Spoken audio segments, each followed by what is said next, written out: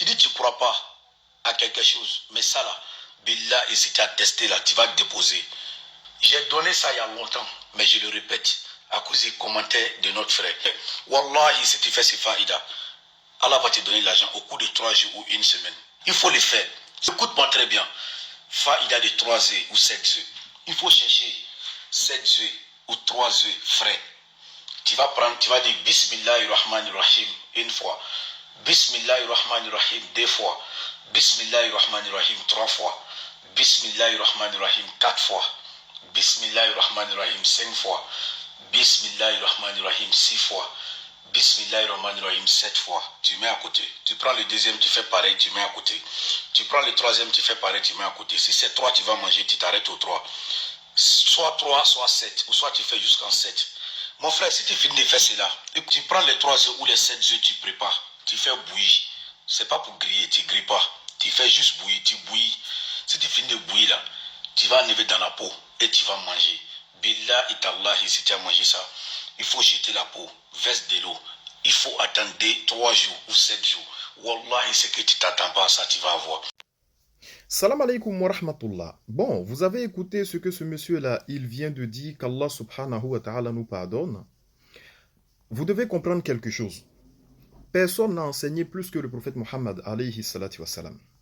Si tu veux être heureux sur terre et heureux dans l'au-delà, fais ce que le prophète sallam a dit de faire. Il n'y a pas de raccourci. D'accord? Personne n'a enseigné plus que le prophète. Nulle part le prophète sallam a dit, si tu veux avoir de l'argent ou bien si tu veux avoir un intérêt matériel quelconque, prends des œufs, fais des invocations là-dessus, mange, je ne sais pas pendant combien de jours, comme ce que ce monsieur-là vient de dire en introduction, tu fais ça et tu auras de l'argent, mais tu auras un intérêt matériel quelconque. Nulle part cela a enseigné. Ça, c'est de la superstition. Et nous allons y venir. Mais personne n'a enseigné plus que le prophète sallallahu alayhi wa sallam. Tu veux être heureux, tu veux avoir une bonne vie sur cette terre et la réussite dans l'au-delà, il n'y a pas de raccourci. Il faut être pieux, il faut accomplir de bonnes œuvres. Et le bonheur, là, ça ne se limite pas au fait d'avoir beaucoup d'argent. Tu peux avoir de l'argent et puis être malheureux. Il y a des gens qui sont multimilliardaires qui ont des maladies incurables. Si tu leur demandes de donner leur richesse pour avoir la santé, ils vont le faire. Donc, être heureux, là, ce n'est pas forcément les biens de ce bas monde. C'est d'avoir l'agrément d'Allah subhanahu wa ta'ala. Rabbana atina fid dunya hasanatan wa fil akhirati hasanatan wa qina adhaban nar. Ça te suffit pas ça. Ça ne te suffit pas de faire des invocations, de prendre l'ablution, de faire 2 rak'at pour demander à Allah subhanahu wa ta'ala. Ça te suffit pas. Il y a meilleur que ça. Ah, quelle idée de prendre des œufs, bismillah. Ça, c'est de la superstition. Et c'est quoi la superstition déjà? Regardons ici, la superstition, comportement irrationnel vis-à-vis du sacré, attitude religieuse considérée comme vaine. Ce que ce monsieur-là vient de dire, c'est un comportement irrationnel. Prends des œufs, dis Bismillah Rahman Rahim 1 fois, 2 fois, 3 fois, après tu manges 2-3 jours après, tu auras ce que tu veux. Non mais, arrêtons. Deuxième acception, le fait de croire que certains actes, certains signes entraînent mystérieusement des conséquences bonnes ou mauvaises. Croyance au présage, aux signes. Ça, c'est de la superstition. Tous ceux qui disent le fait, par exemple, de passer sous une échelle, voilà, ça attire le malheur. Le fait de voir un chat noir, ça attire le malheur. Et quand ton pied gauche cogne quelque chose, ça attire le malheur, etc. Ça, c'est de la superstition. D'après Ibn Zurara, radiyallahu anhu, d'après son père, qu'Allah Ta'ala les agrée, le prophète Muhammad sallallahu alayhi wa sallam a dit, il y aura des gens à la fin de ma communauté qui vont démentir le destin qu'Allah a décrété. Ceci est la parole d'Allah, goûtez au contact de Sakar. Nous avons certes créé toutes choses avec un destin.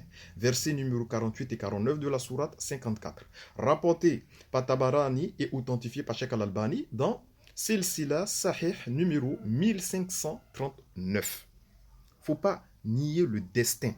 Le destin, qu'il soit bon ou mauvais, on l'accepte.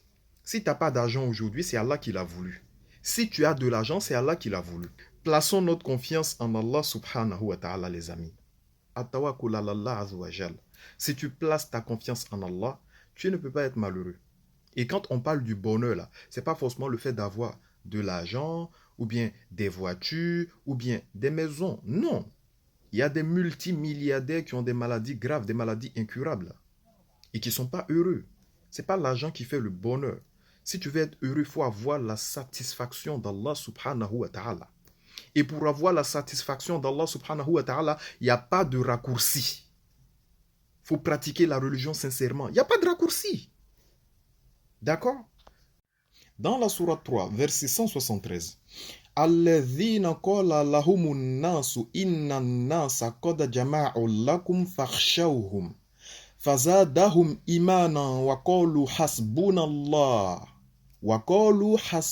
الله ونعم الوكيل صدق الله العظيم. Ce sont ceux-là qui, lorsqu'on est venu leur dire, vos adversaires réunissent leurs forces pour vous attaquer, soyez vigilants, ont vu leur foi se décupler et se sont écriés, Dieu seul nous suffit, n'est-il pas le meilleur des protecteurs? Donc lorsque tu es face aux épreuves, tu es dans une période de dèche, tu n'as pas d'argent, lorsque tu es malade, lorsque tu as des difficultés vraiment, toi-même tu es dans une situation, tu ne sais pas comment tu vas t'en sortir là. C'est là, en temps normal, tu dois dire At-tawakkul ala Allah azza wa jal. Tu places ta confiance en Allah parce que c'est Allah qui est Ar-Razak. On doit placer notre confiance en Allah en toute situation, mais dans les épreuves, parce que les épreuves justement servent à quoi?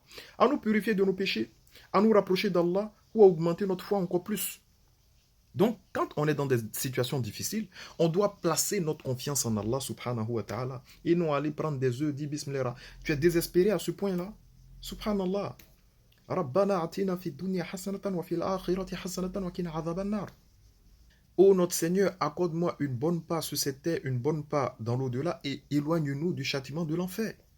Place ta confiance en Allah. Sincèrement, il n'y a pas d'autre raccourci. Qu'Allah subhanahu wa ta'ala nous préserve. Sur ce, salam alaikum.